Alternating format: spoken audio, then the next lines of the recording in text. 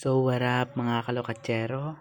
Kita nyo nga nagme-medyas yung kalakwatsero nyo kasi may pupuntahan tayong event ngayon at samahan nyo ako. So maigsing video lang to. Sana tapusin nyo hanggang dulo. Thank you sa mga supporters ko dyan na sumusuporta sa akin. Thank you sa inyo. Then yan, tapos na nga tayo magmedyas sa tamang sapatos tayo dyan. Nagmamadali na tayo dahil nalilate na nga. Alam nyo naman ang kalokotsero nyo, laging nalilate, So yan, tamang sintas na tayo dyan. Nagmamadaling magsintas kasi hinahabol natin yung oras at malilate na tayo. Nag-uumpisa na yung program, no? Then yan, pagtapos nga pala natin, palabas na tayo. Then yan, nakalabas na nga tayo. Then nandito na tayo kalokotsero sa kalsada.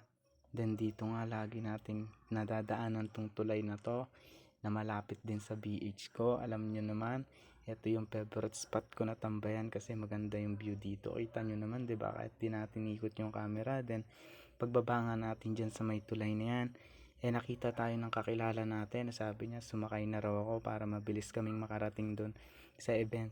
Kasi nga nag-start na talaga siya mga kalokotsero ko. So yan na nga, nagmamadali na kaming dalawa dyan. So binibilisan niya na rin yung pagpapatakbo ng motor. Makikita nyo din naman, papakita ko yan, diba? Ang dami na nila dun sa stage. Di ko na nasumin kasi nga nagmamadali na kami yan. So yan mga kalokotsero, may mga pailan-ilan nga tayong nakikita na hahabol din sa event na nalilate din sila. So syempre may mga kanya-kanyang gawa. Mga kalokotsero, alam nyo naman, diba? So heto na nga, nandito na tayo sa event, nakarating na tayo. So ayan ang kaganapan, pinapatayo na nga silang lahat, kasama syempre ang kalokotsero nyo. Then yan, tiningnan ko yung mga naka-display sa harapan. Actually meron tayo dyan. Eto nga pala yung sa atin.